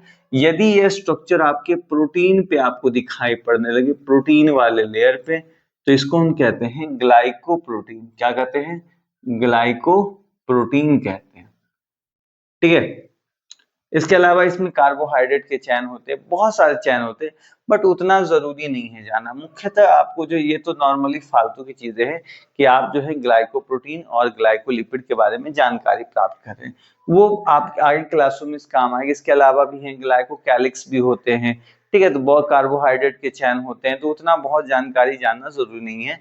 सिंपल से जानिए कि हमारा जो सेल मेम्ब्रेन होता है ये दो दो लेयर ऑफ लिपिड का बना होता है, जिसके बीच में क्या होते हैं, दो प्रकार के प्रोटीन, इंट्रिंसिक प्रोटीन जिसको हम क्रॉस प्रोटीन या इंटीग्रल प्रोटीन भी कहते हैं, वो धसा होता है जो दोनों तरफ के एरिया को क्या डिवाइड कर देता है। इसके अलावा जो कुछ प्रोटीन होते हैं जो इसके किनारों में पाए जाते हैं, जिसे एक्सट्रिंसिक या फिर पेरिफेरल प्रोटीन कहते हैं। और क्या होता है, ये जो लिपिड होते हैं इसके दो पार्ट होते हैं। एक पार्ट जिसको हम हाइड्रोफिलिक पार्ट कहते हैं, इसका मतलब वो वाटर लवर होता है, उसको पानी चाहिए। वहीं पे जो दूसरा हिस्सा होता है ये हाइड्रोफोबिक पार्ट होता है, जिसको पानी से डर लगता है, यानी वो हाइड्रोफोबिक पार्ट होता है। ठीक है, और ये जो लिपिड होते हैं ये बाइलेयर में होते हैं, और ये लिपिड कैसे लिपिड होते हैं, ये फॉस्फोलिपिड होते हैं।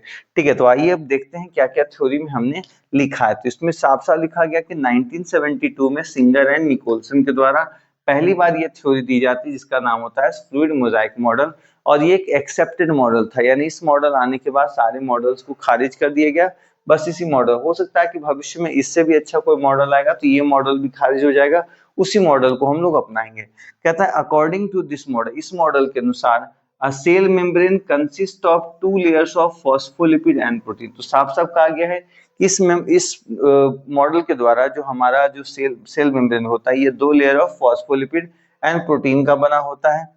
कहता है in which proteins are arrange in a mosaic pattern. कहता है कि इसमें जो प्रोटीन होते हैं वो मोजाइक पैटर्न मतलब ऐसे ही किनारे में, बीच में, जहां तहां कहीं धसा हुआ है, तो इसको मोजाइक पैटर्न कहते हैं, इसीलिए इसका नाम पड़ा फ्लूइड मोजाइक मॉडल। कहता है इट इज फ्लेक्सिबल, हमारा स्किन देखते हैं फ्लेक्सिबल, इसको खींचिए तीरिए कुछ नहीं होता है, वो फ्लेक्सिबल है।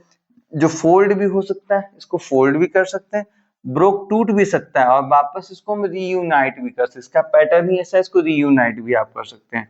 कहता है there are mainly two types of protein, इसमें दो प्रकार के प्रोटीन हैं। कौन कौन से प्रोटीन है बेटा? फर्स्ट है पेरीफेरल। तो हमने कहा कि पेरीफेरल प्रोटीन का दूसरा नाम क्या है? एक्सट्रिंसिक प्रोटीन है। और दूसरा इंटीग्रल प्रोटीन है। इंटीग्रल प्रोटीन का दूसरा नाम क्या है बेटा? इंट्रिंसिक प्रोटीन, ब्रिज प्रोटीन या फिर क्रॉस प्रोटीन भी है। ठीक है, तो आप ये बता, इतने नाम आपको कोई नहीं बता रहा बेटा। आप कहीं बुक में भी देखोगे तो इतने सारे आपको नाम एक साथ नहीं मिलेंगे जितना नाम हम आपको बता रहे हैं। तो सोचिए आपके लिए हम कितनी मेहनत कर रहे हैं। तो हमारे लिए भी आप थोड़ी सी मेहनत करो, वीडियो को शेयर करो, ज्यादा से ज्यादा सब्सक्राइब करो, ताकि आपके भाई का भी चैनल लगभग 1 लाख सब्सक्राइबर वाला हो जाए, ताकि हम भी आपको फ्लैक्स कर सके किसको लेके? सिल्वर प्ले बटन को लेके। तो सब्सक्राइब कर दो अभी के अभी। तो कहता है कि पेरिफेरल प्रोटीन्स आर अटैच। देखिए पेरिफेरल प्रोटीन के बारे में कहा गया सुपरफिशियली। पेरिफेरल प्रोटीन जो होते हैं ये सुपरफिशियली अटैच होते हैं। सुपरफिशियली का मतलब ऐसे ही बाहर की तरफ। वाइल द इंटीग्रल प्रोटीन, जबकि इंटीग्रल प्रोटीन के बारे में कहा embedded in the phospholipid matrix and help in membrane transport. ये कहा गया है कि जो यहाँ पे आपको कौन सा इंटीग्रल प्रोटीन जो आपको दिखाई पड़े, ये मुख्यतः क्या है, ये जो बाकी जो आपको चैन दिखाई पड़े उसमें इम्बेडेड है, यानी बिल्कुल धसे हुए। जबकि आपको पेरिफेरल प्रोटीन क्या है, ये बाहर की तरफ है। बाहर मतलब बाहर नहीं, बाहर का मतलब नीचे की तरफ। याद रखना हमारा स्किन ये ऊपर की तरफ होता है। तो जो मान लीजिए हमारा ये एक दो प्रकार की क्या है आपके सेल मेम्ब्रेन है। ठीक है, तो ये ऊपर का हिस्सा मान लो मेरा स्किन है, ये हमारे स्किन का सबसे निचला हिस्सा है। ठीक है, तो नॉर्मली तौर पे जो पेरिफेरल प्रोटीन होंगे ये नीचे धसे होंगे, जबकि जो आपका इंट्रिंसिक प्रोटीन होगा ये इन दोनों लेयर को चीर के मतलब दोनों में निकल जाएगा। इसी कारण हमारे जो स्किन पे छोटे छोटे आपको होल्स दिखाई पड़ते हैं, उसके बारे में आप कह सकते हैं कि सर वो इंट्रिंसिक प्रोटीन के कारण है। फिर वहां से आपको जो बाल दिखाई पड़ते हैं आपको, वो क्या होते हैं? वो होते हैं ग्लाइकोप्रोटीन। यानी ये जो बाल आपको ब्राउन कलर या ब्लैक कलर के जो दिखाई पड़ते हैं, ये मुख्यतः क्या होते हैं, ग्लाइकोप्रोटीन होते हैं। ठीक है, तो ये चीजें आपको याद रखनी है इसके बारे में। तो ये मुख्य चीजें थी आपकी किसके बारे में, फ्लूइड मोजाइक मॉडल के बारे में। आई होप आप इस टॉपिक को अच्छे समझ गए होंगे। नहीं समझ में आ रहा है तो प्लीज एक बार और इस चीज को देखें और इसको अच्छे तरीके से समझें। ठीक है, हमने काफी मेहनत की इस चीज को आपको समझाने में। तो इसी बात पे वीडियो को लाइक करो, शेयर करो और इसको कॉपी में नोट डाउन करो। इसकी नोट्स चाहिए, इसको पीडीएफ चाहिए आपको, तो हमारे Telegram channel Shashank study circle official को आप ज्वाइन कर सकते हैं, या इसकी लिंक आपको नीचे डिस्क्रिप्शन में दी गई है। वहां पे जाके आप हमारे टेलीग्राम चैनल में जाके पिंड कमेंट के अंदर आप इस चैप्टर के नोट्स डाउनलोड कर सकते हैं। साथ में साथ क्लास 10 की भी क्लासेस हमारे चैनल पे चलती है। तो अगर आपके कोई साथी, आपके दोस्त या फिर भाई या आपके जाने माने जो लोग हैं, अगर आप वो क्लास 10 में हैं, उनको बायोलॉजी का नोट चाहिए तो वो नोट्स वहां भी अवेलेबल है जो व्हाइट बोर्ड पे हम पढ़ा रहे हैं। इसके अलावा हमारे पीपीटी के नोट्स भी वहां अवेलेबल है, तो वो जाके वहां से भी चीजों को डाउनलोड कर सकते हैं। तो आइए अब चलते हैं हम लोग इसी से रिलेटेड कुछ टॉपिक्स की ओर। हम पढ़ेंगे सेल मेम्ब्रेन के अंदर होने वाले कुछ ट्रांसपोर्टेशन की प्रक्रियाओं को।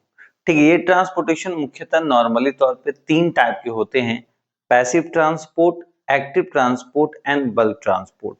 पैसिव ट्रांसपोर्ट के बारे में हम आपको शॉर्ट में यही कह सकते हैं कि वैसा ट्रांसपोर्ट जिसमें एनर्जी की कोई रिक्वायरमेंट नहीं होती है, उसको हम कहते हैं पैसिव ट्रांसपोर्ट।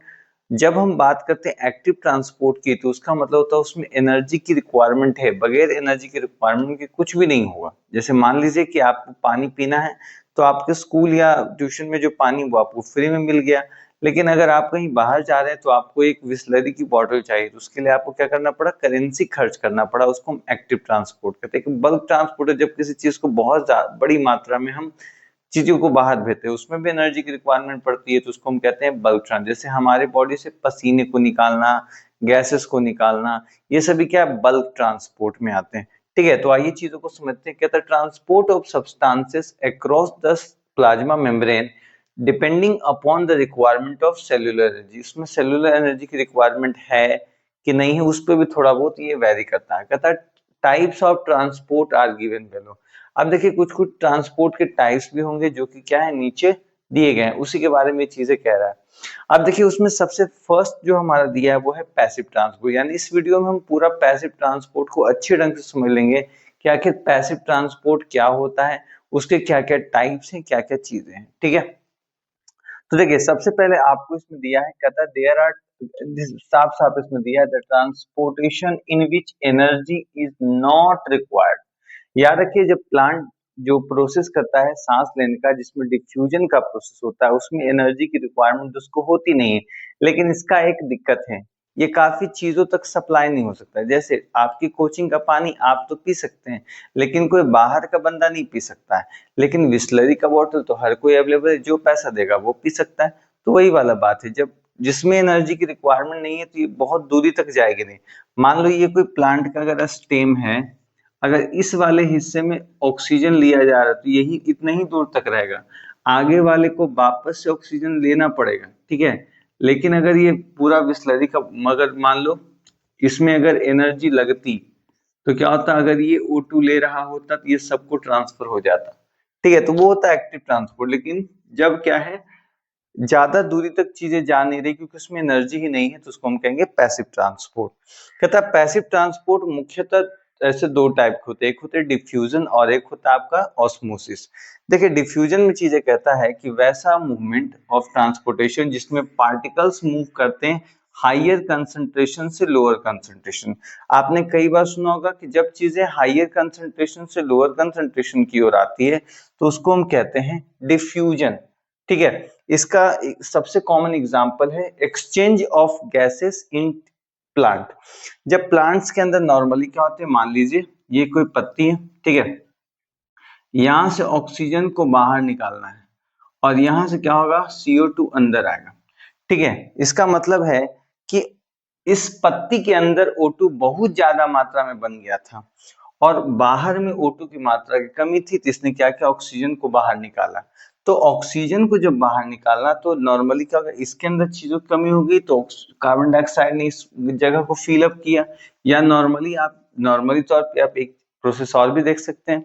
जब हमारे आसपास नॉर्मली क्या होता है, बहुत ज्यादा मात्रा में गर्मी पड़ती है तो सारा जो हवा होता है वो गर्म होकर ऊपर उड़ जाता है, तो जिसके कारण क्या उस जगह पर वैक्यूम क्रिएट होता है और बाकी तेजी से जो ठंडी हवाएं होती है वो उस तरफ रुख करती है, उस जगह को फिल अप करने के कारण आंधियां भी आ जाती है।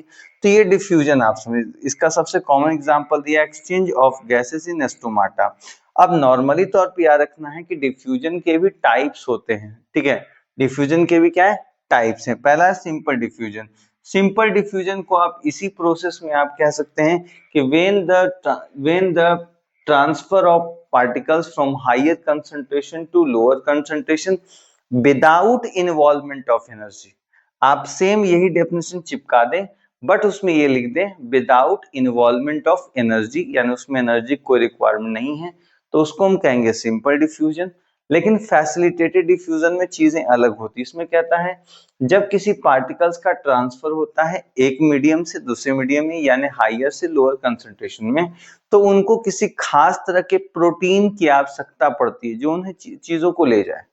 जैसे आप ये सोचो कि आपको पड़ोसी के यहाँ खाने को देने जाना है, ठीक है। पड़ोसी के यहाँ खुशबू फैल रही है, आपने मम्मी ने खाना बनाया। डिफ्यूजन को आप ऐसे समझ सकते हो कि आप जब किसी रूम में सेंट मारते हो तो वो पूरे रूम में फैल जाता है।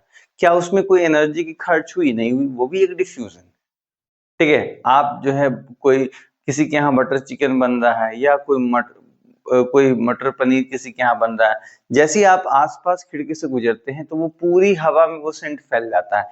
क्या उसके लिए आपने कोई एनर्जी खर्च की? कोई एनर्जी खर्च, वो फ्री में फैल गया, ठीक है। तो नॉर्मली अब बगल वाले ने कहा क्या मलकिनी जी आपके यहाँ आज मटर पनीर बना है, हमें भी खिलाएगा? तो क्या है, नॉर्मली ऐसे ही चला जाएगा? वो क्या बोलेंगे, हवा में ही खा लीजिए। नहीं, तो उसके लिए आपको क्या करना पड़ा, कटोरी लेके जाना पड़ा उनके यहाँ। तो उसको ही हम कह सकते हैं फैसिलिटेटेड डिफ्यूजन, यानी उसमें क्या करना पड़ा, कोई कैरियर प्रोटीन का यूज करना जो कैरियर उसको ले जाए साथ में। तो कैरियर कौन थे, हम लोग थे भाई। पड़ोसी के यहाँ मटर पनीर देने गए उस कटोरी के अंदर, तो वो कटोरी क्या है, हिसाब से आप कह सकते हैं वो है फैसिलिटेटेड डिफ्यूजन। लेकिन जिसमें कोई एनर्जी नहीं लगा, जैसे खुशबू उड़ के चली गई, खुशबू जो है यहाँ से उड़ी कहीं दूसरे वाले कमरे में चली गई, बगल बगल चली गई, जिसको हम क्या कहेंगे, इसको हम कहेंगे सिंपल डिफ्यूजन, ठीक है। अब देखिए इसी हिसाब से अगर हम देखें तो दूसरा जो हमारा पैसिव ट्रांसपोर्ट का टाइप है जिसे हम ऑस्मोसिस कहते हैं। ऑस्मोसिस में कहता है the spontaneous movement of solvent और water molecules from the area of lower concentration to the higher concentration। देखिए सॉल्वेंट शब्द जब भी यूज करेगा तो वाटर के लिए कोई लिक्विड सब्सटेंस के, सॉल्यूट शब्द जब भी यूज करेंगे तो कोई सॉलिड चीज। कहता है movement of water from lower concentration to higher. इसमें उल्टा था, इसमें चीजें हायर से लोअर में आ रही हैं और इसमें चीजें लोअर से हायर में जा रही थी, इसको हम कहेंगे ऑस्मोसिस, ठीक है। तो कहता है कि there are two types of it, दो प्रकार के। इंडोस्मोसिस, यदि मूवमेंट सेल के अंदर हो रहा हो, यानी यदि कोई मान लो कोई ये लिक्विड है, ठीक है, यदि सेल के अंदर चीजें आ रही है तो इंडोस्मोसिस है। और यदि कोई चीजें सेल से बाहर जा रही हो जिसको हम कहेंगे एक्सोस्मोसिस। अब देखिए ऑस्मोसिस को एक चीजों से हम और आपको समझा सकते हैं, ठीक है। एक सबसे आपको एक कॉमन एग्जांपल आपको हम देते हैं, ठीक है। ये ग्लास है जिसमें पानी भरा हुआ है, ये मेरे पास इंक है, ठीक है, ब्लू कलर का इंक है। नॉर्मली जब हम क्या है इसको हम डालते हैं तो कुछ समय के बाद आपको ये दिखेगा क्या कि पूरा जो वाटर है, ठीक है, इसको अगर आप मिला दीजिए तो नॉर्मली आपको दिख रहा होगा ये पूरा वाटर कैसा हो रहा है धीरे धीरे। अगर आप इसको अच्छे ढंग से मिला दें तो धीरे धीरे करते करते क्या होगा, ये पूरा वाटर क्या है नीला पड़ जाएगा, ठीक है। ये पूरा वाटर क्या है नीला पड़ जाएगा। तो ये जो पूरा प्रोसेस आपको यहाँ पे दिखाई पड़ा ये ऑस्मोसिस का प्रेशर है, ठीक है। ऑस्मोसिस के कारण क्या हुआ, ये चीजें आपस में मिल गई, ठीक है। यानी चीजें लोअर कंसंट्रेशन से हायर कंसंट्रेशन की ओर चली गई। यानी आप ये सोचिए कि वाटर क्या था, वाटर की मात्रा ज्यादा थी, इंक की मात्रा कम थी। तो इंक क्या हुआ, पूरे पानी के अंदर घुल गया, जिसके कारण क्या है कि आपको लग रहा होगा कि पानी तो पहले उजला था लेकिन बाद में उस इंक के छोटे से प्रभाव के कारण क्या होगा, पूरा चीजें मिक्स हो गई और पूरा जो आप कह सकते हो वाटर था वो नीला पड़ गया। या आप नॉर्मल देखते हैं कि थोड़ी सी चीनी अगर आप पानी में डाल दें तो पूरा पानी ही मीठा हो जाता है। तो चीनी की मात्रा क्या थी, कम थी, लोअर कंसंट्रेशन में था। पानी क्या था, हायर कंसंट्रेशन में था, तो चीनी के पार्टिकल्स का हायर कंसंट्रेशन में घूमना, यही क्या कहलाए, ऑस्मोसिस कहलाए। आई होप आप एग्जांपल से थोड़ा समझ गए होंगे। जी देखिए, एग्जांपल समझना बड़ा आसान होता है। जैसे हमने कहा ना कि अगर आपको डिफ्यूजन समझा तो कहेगा सेंट मारो यार, इस रूम में लगाएंगे दूसरे रूम में, या अगरबत्ती जला दो, एक रूम से दूसरे रूम में जाती है, डिफ्यूजन है। ऑस्मोसिस क्या है, पानी के अंदर कोई चीज डाल दो, उसको मिला दो, वो धीरे धीरे क्या है, घुल के सभी मिल जाएगा, सारे पार्टिकल से मिल जाएगा। तो जब चीजें लोअर से हायर में जाए तो ऑस्मोसिस, जब चीजें हायर से लो में आए तो क्या हो जाएगा, डिफ्यूजन हो जाएगा। ठीक है, तो दो प्रकार की, यदि चीजें सेल से बाहर जा रही है तो एक्सोस्मोसिस, सेल के अंदर आ रही है तो इंडोस्मोसिस। जैसे मान लो अगर हम ब्लड ले रहे हैं तो हम क्या करें, इंडोस्मोसिस ले रहे हैं, हम किसी को ब्लड दे रहे हैं तो क्या हो जाएगा, एक्सोस्मोसिस हो जाएगा। अब ये नॉर्मली चीजें कंसंट्रेशन पे डिपेंड करती है। इस हिसाब से जो है सॉल्यूशन को तीन भागों में बांटा गया है। जो सॉल्यूशन होगा, जो चीजें बाहर जाएगा या अंदर आएगा, तो कंसंट्रेशन के आधार पे चीजें तीन भागों में बांटे गए हैं। अब ये तीन प्रकार से कौन कौन है, पहला है आइसोटोनिक सॉल्यूशन।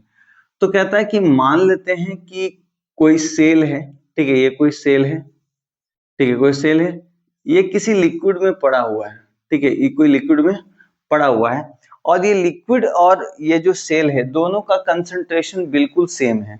तो ये चीजों में कोई मूवमेंट आपको दिखाई नहीं पड़ेगा। या आप एग्जांपल से समझिए, आप किसी उबले हुए चने को आप पानी में डाल दें तो क्या चने का साइज बढ़ जाएगा, वो चना तो पहले से फूला हुआ है।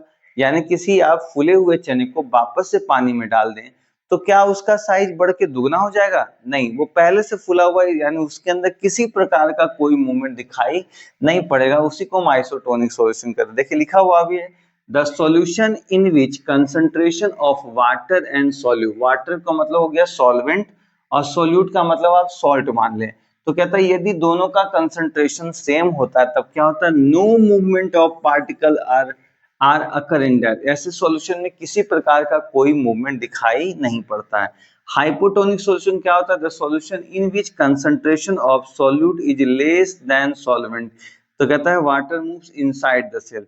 जैसे आप एग्जांपल तौर पर समझिए, कहा गया है कि एक जार है जिसके अंदर किसी चीज को डाल दिया गया है, तो इसके अंदर देखा गया क्या कि इसके अंदर जो सॉल्यूट है उसकी मात्रा कम है, सॉल्वेंट की मात्रा ज्यादा है। तो धीरे धीरे क्या होगा कि जब इसके अंदर पानी की मात्रा कम है तो धीरे धीरे पानी क्या होगा, इसके अंदर आना शुरू हो जाएगा। एग्जाम्पल के लिए आपको समझा दे, जब आप रात में चना को फूलने देते हैं तो चना सूखा हुआ होता है, उसके अंदर पानी की मात्रा नहीं है, लेकिन उसके अंदर सॉल्यूट की मात्रा है।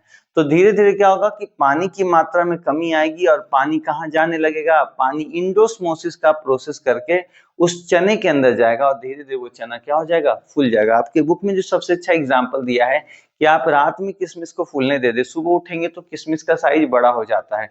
क्यों, क्योंकि वो क्या है, हाइपोटोनिक सॉल्यूशन का यूज करता है, यानी उसके अंदर पानी भर जाता है, यानी उसने इंडोस्मोसिस का यूज किया और अपना साइज को बढ़ा लिया।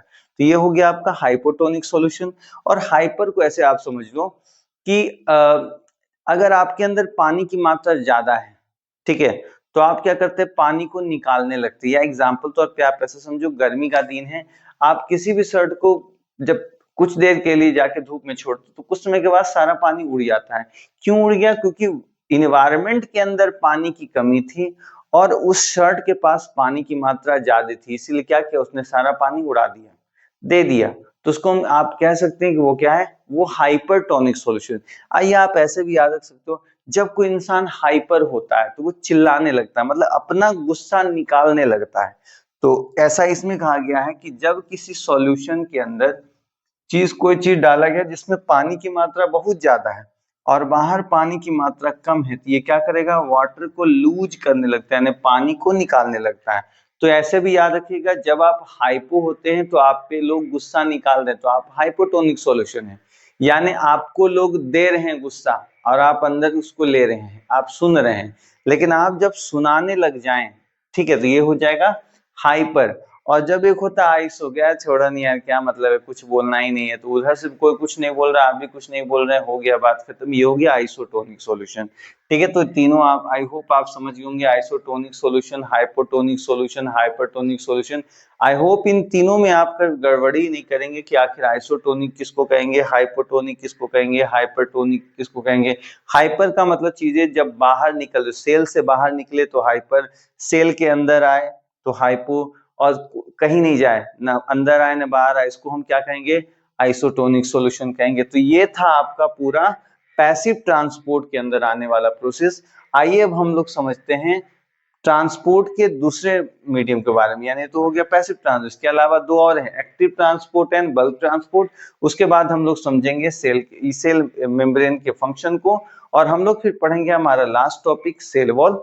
तो इसको तब तक आप नोट डाउन करिए। आई होप आप इस चीज को थोड़ा समझोगे, नहीं समझे तो दोबारा आप इस वीडियो को ध्यान से देखें, उसमें आप आराम से चीजों को समझ जाएंगे। ठीक है, तो मिलते हैं अगले स्लाइड पर।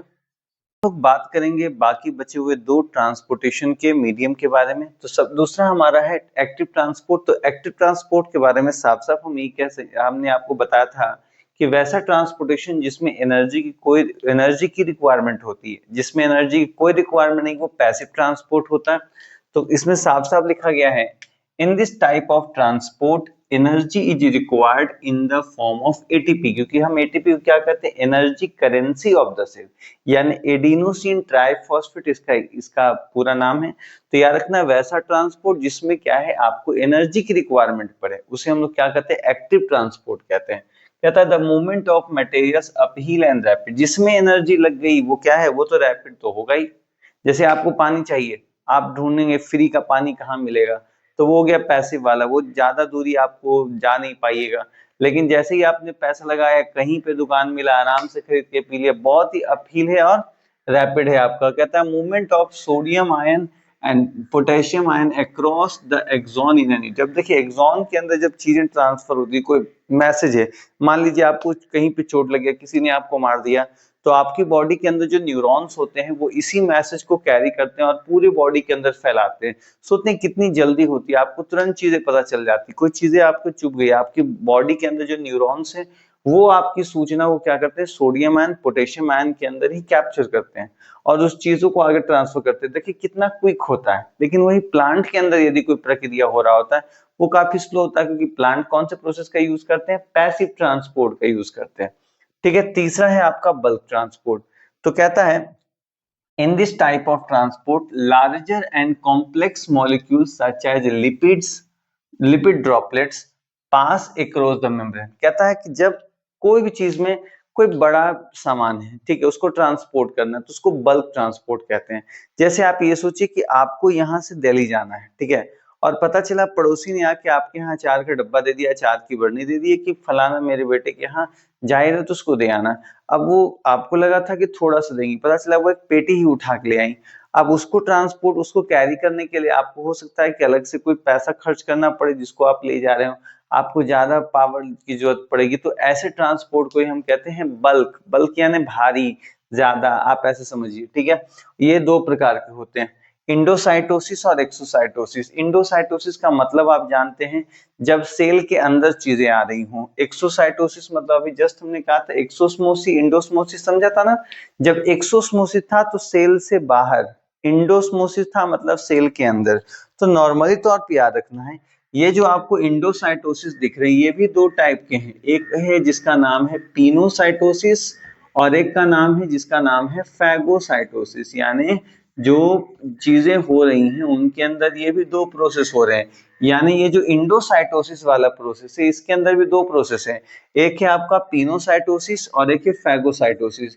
ये दोनों प्रोसेस अमीबा के अंदर दिखाई पड़ते हैं। किसके अंदर, अमीबा के अंदर। यदि अमीबा वाटर को इनलेट कर रहा है तो वो पिनोसाइटोसिस का कारण है। और फैगोसाइटोसिस के बारे में तो जानते हैं, किसी चीज को डायरेक्ट निगल जाना, तो वो ये दो प्रोसेस है। यानी इन, वो निगलता है तो क्या करता है, यानी बॉडी के अंदर ही लाता है ना। यानी जब कोई ट्रांसपोर्टेशन के माध्यम से चीजें बॉडी के अंदर आ रही हो, तो उसको हम कहते हैं इंडोसाइटोसिस। और इसमें दो प्रोसेस है, पिनोसाइटोसिस एंड फैगोसाइटोसिस। जहां पे भी पिनोसाइटोसिस वर्ड रहेगा समझ जाना इसमें वाटर ड्रॉपलेट जो होंगे वो बॉडी के अंदर आएंगे। वहीं पर फैगोसाइटोसिस क्या है, किसी भी प्रकार का फूड या सॉलिड चीजें जब बॉडी के अंदर आती है तो फैगोसाइटोसिस के अंदर। एक होता है आपका एक्सोसाइटोसिस, जब चीजें बल्क के रूप में बॉडी से बाहर जाती है, जैसे बॉडी से पसीना निकालना है, बॉडी के अंदर से कुछ और भी चीजें बाहर निकालनी है, तो वो क्या हो जाएगा, एक्सोसाइटोसिस। साइटोसिस का मतलब सेल होता है, एक्सो यानी बाहर, साइटोसिस का मतलब सेल, इंडो यानी अंदर। तो ये था आपका active transport and bulk transport. अब हम लोग समझेंगे फंक्शन ऑफ सेल मेम्ब्रेन के बारे में। तो सबसे पहले याद रखना है, अगर मान लेते हैं ये सेल मेम्ब्रेन है, ठीक है, तो इसके अंदर का ये न्यूक्लियस वगैरह हो गया, तो ये आपको नहीं लग रहा है ये इसको एक शेप दे रहा है, तो शेप प्रोवाइड करता है। मेंटेन इंडिविजुअलिटी, आपको नहीं लगता इसकी इंडिविजुअलिटी, जैसे हमारी बॉडी का कोई अपना एक शेप है तो हम इंडिविजुअल, अगर कोई बगल में खड़ा हो जाएगा उसका अपना वो बॉडी है, मेरी बॉडी थोड़ी हो जाएगी, ठीक है। अगर हम कहें मेरी बॉडी इस बोर्ड का हिस्सा है, तो नहीं, मेरी बॉडी खुद का हिस्सा है, ये बोर्ड अपना है। तो सबकी इंडिविजुअलिटी किसके द्वारा मेंटेन होती है, सेल मेम्ब्रेन के थ्रू। कहता है जैसे इसकी इंडिविजुअलिटी इतना ही दूर है, ऐसा थोड़ी कि इसको हम इतना दूर बढ़ा देंगे, नहीं, इसकी इंडिविजुअलिटी भी इतना ही दूर में है, ठीक है। कहता है it protect the cell from, इसके अगर कोई चोट वोट भी लग जाता है तो अंदर का हिस्सा सुरक्षित रहे। ये कौन मेंटेन करता है, आपका सेल मेम्ब्रेन। कहता है इट फॉर्म्स ऑर्गेनल्स, देखिए ये सेल ऑर्गेनल भी बनाता है, आप कोई भी सेल ऑर्गेनल पढ़िए उसमें आप यही पढ़िएगा, उसके बाहर भी सेल मेम्ब्रेन होता है। तो कहीं ना कहीं ऑर्गेनल्स को भी बनाने का काम किसका होता है, ये सेल मेम्ब्रेन के द्वारा होता है। इसके अलावा it regulate the flow of selected material into and out to the cell. अभी हमने जाना था कि नॉर्मली तौर पे जो सेल मेम्ब्रेन होते हैं ये सेलेक्टिवली परमिएबल मेम्ब्रेन होते हैं, तो ये चीजों का सिलेक्शन करती है कि कौन सी चीजें हमसे बाहर जाएगी और कौन सी चीजें हमारे अंदर आएगी। जैसे कहा जाता है ना, हमेशा अपने अंदर से आप जो है खराब गुणों को बाहर करिए, अच्छे गुणों को अंदर करिए। तो उसी प्रकार से नॉर्मली है, जो लगता है इसको कि अब हमारे बॉडी में इसका यूज नहीं है तो इसको बॉडी से ये बाहर निकाल देता है, जो लगता है इसको बॉडी के अंदर रखना है तो उसको क्या करता है, ये इन कर लेता है। तो आई होप आप एक्टिव एंड बल्क ट्रांसपोर्ट समझ गए होंगे। खासकर आपको थोड़ा दिक्कत होगा बल्क ट्रांसपोर्ट में, तो बल्क ट्रांसपोर्ट हम ये बता दें, इंडो का मतलब अंदर, साइटोसिस का मतलब सेल। यदि कोई चीज सेल के अंदर आ रही है तो वो इंडोसाइटोसिस होगी, यदि वो चीजें सेल के बाहर जा रही है तो वो क्या आपका एक्सोसाइटोसिस हो गया। इंडोसाइटोसिस दो प्रकार के होंगे, पिनोसाइटोसिस और फैगोसाइटोसिस। पिनोसाइटोसिस का मतलब पीनो समझे, पीना पीना, ठीक है। जब कोई चीजें कोई वाटर ड्रॉप, पीना हम क्या पीते हैं, वाटर पीते हैं, तब कोई वाटर मॉलिक्यूल बॉडी के अंदर आ रहा होगा तो पिनोसाइटोसिस। फैगो फेगो फेगो ऐसे फेको समझ लीजिए। तो नॉर्मली क्या है, फैगो यानी फूड समझ लीजिए आप, ऐसे याद कि फैगो मतलब फूड। जब कोई फूड कंपोनेंट्स बॉडी के अंदर एंट्री करता है तो वो फैगोसाइटोसिस होता है, ठीक है। तो आई होप ये चीजें आप समझ गई होंगी। शायद हो सकता है कि आपको बैकग्राउंड में थोड़ी नॉइज आ रही होगी, क्योंकि आसपास पता नहीं क्या नॉइज कर रहा है, पता ही नहीं चल रहा है। कुछ समय शांत होता है, कुछ समय तक वो फिर आवाज करने लगता है।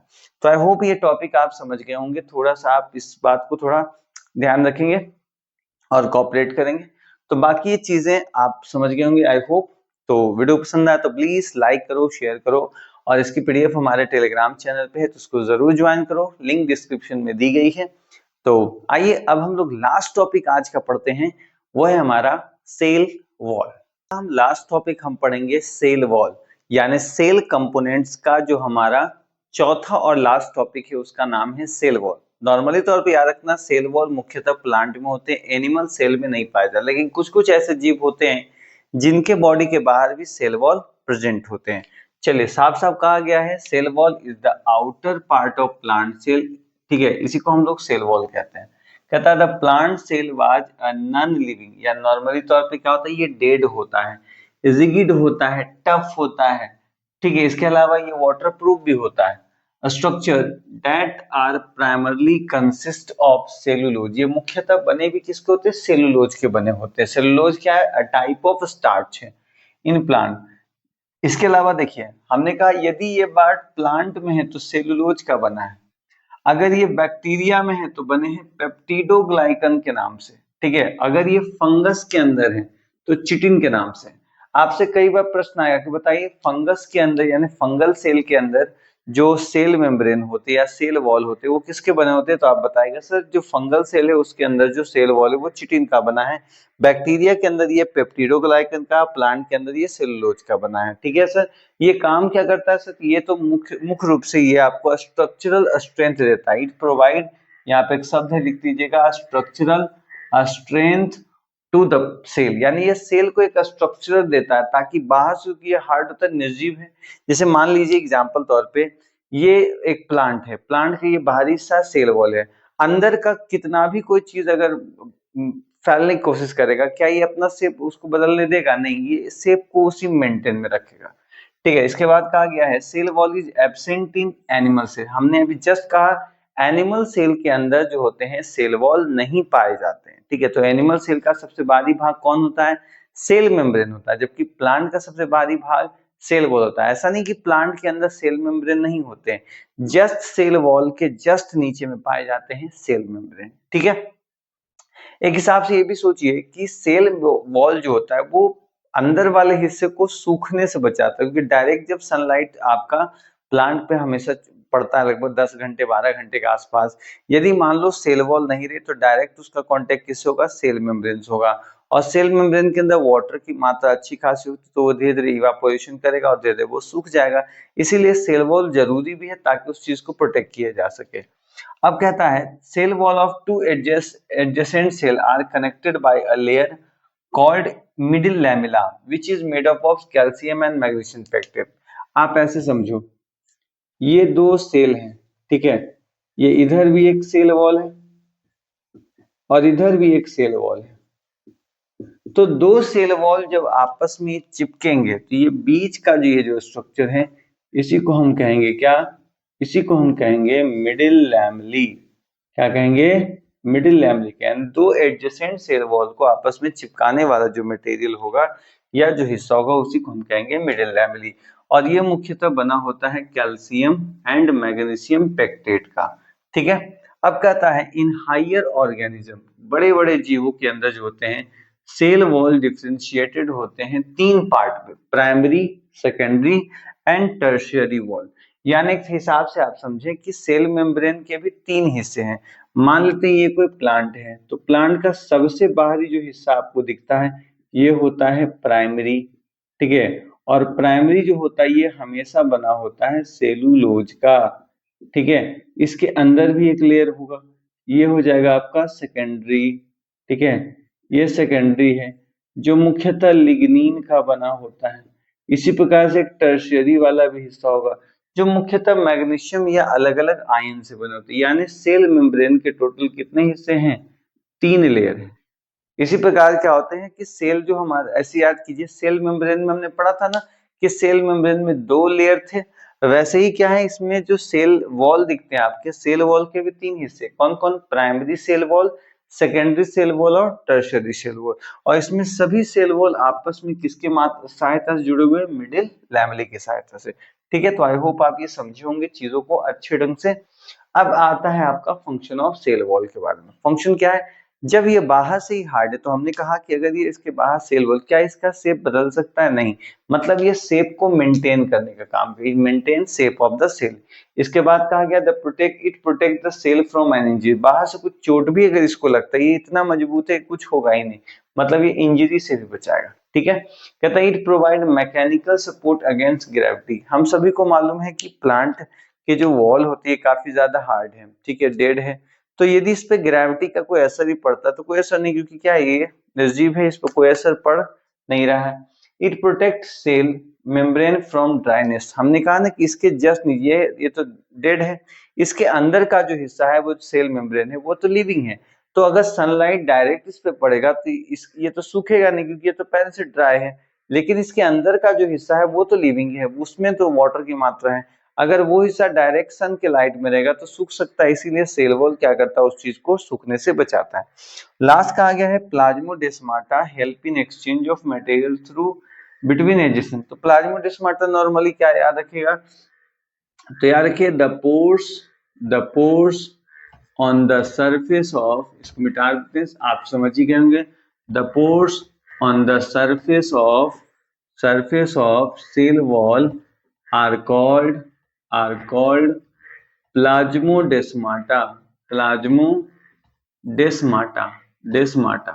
तो नॉर्मली तौर पे कहीं भी अगर किसी भी शरीर पे अगर होल है, जैसे हमारे बॉडी पे ही ये सेल मेम्ब्रेन के ऊपर जो होल है, तो इसके थ्रू क्या होता है, हमारा सेल मेम्ब्रेन या तो किसी चीज को बाहर निकालता है या तो किसी चीज को अंदर लेता है। उसी हिसाब से इसके अंदर जो प्लाज्मोडेस्माटा होगा, इसके थ्रू भी क्या हो गया, एक्सचेंज ऑफ मटेरियल होगा, या तो वो किसके किसकी सहायता से, जैसे मान लो ये कोई दो सेल वॉल है, इसी का एग्जांपल ले लेते हैं। अब यहाँ पे कोई मटेरियल पड़ा हुआ है, इस मटेरियल को यहाँ भेजना है, इसको जरूरत है, तो क्या होगा, इस चीज को भेज देगा, क्योंकि यहाँ पे एक छोटा सा होल होगा। इसी होल को हम क्या कहेंगे, प्लाज्मोडेस्माटा कहेंगे। क्या कहेंगे, प्लाज्मोडेस्माटा कहेंगे। यानी दो एडजेसेंट सेल वॉल जो होते हैं आपस में एक होल के थ्रू जुड़े होते हैं, जिसे कि हम कहते हैं प्लाज्मोडेस्माटा, जिसके थ्रू क्या होता है, एक्सचेंज ऑफ मटेरियल्स होता है। जैसे हमारी बॉडी में भी छोटे छोटे होते हैं स्ट्रक्चर, इसी अलावा लीफ पे भी आप जो स्ट्रक्चर स्टोमाटा देखते हैं, उसमें क्या होता है, एनवायरनमेंट से पत्ता जुड़ा हुआ, एनवायरनमेंट से वो क्या करता है, उसी होल के थ्रू, उसी स्टोमाटा के थ्रू कार्बन डाइऑक्साइड को लेता भी है, और उसी के थ्रू जो क्या है, जो बना हुआ ऑक्सीजन होता है उसको बाहर वो जो इन्वायरमेंट होता है उसको छोड़ता भी है। तो आई होप इस तरीके से आपने ये जो हमारा चारों कंपोनेंट ऑफ सेल है उसको हमने खत्म किया। काफी है, समय तो लगा है, काफी लंबा लेक्चर है, लेकिन एक बात जरूर है कि अगर आप इस लेक्चर को अच्छे ढंग से समझ जाते हैं तो आपको जो है बाकी किसी भी अनदर यूट्यूबर्स की वीडियो देखने की जरूरत नहीं है। चाहे आप किसी भी भैया बहन या भैया दीदी का आप देख रहे हो, चाहे कोई भी भैया दीदी हो, हम पहले ही आपको बोल दिए कि इतने अच्छे, इतने डिटेल से, इतने टॉपिक वाइज के अनुसार किसी ने भी इस टॉपिक पे कोई वीडियो नहीं बनाया। तो इसीलिए इस वीडियो को ज्यादा से ज्यादा शेयर करिए, उन तक पहुंचाइए जिनको इस वीडियो की जरूरत है। आई होप आपकी जान पहचान में 50-60 बच्चे तो ऐसे जरूर होंगे जो आपकी क्लास में होंगे, क्लास 10 में होंगे, उनको आप ये चैनल सजेस्ट कर सकते हैं। तो आई होप आज के लिए इतना ही, मिलते हैं अगली वीडियो में, तब तक के लिए धन्यवाद, जय हिंद। और हाँ, पिछले वीडियो की सभी लिंक आपको डिस्क्रिप्शन में देखने को मिल जाएगी। तो अब तक के लिए बाय बाय।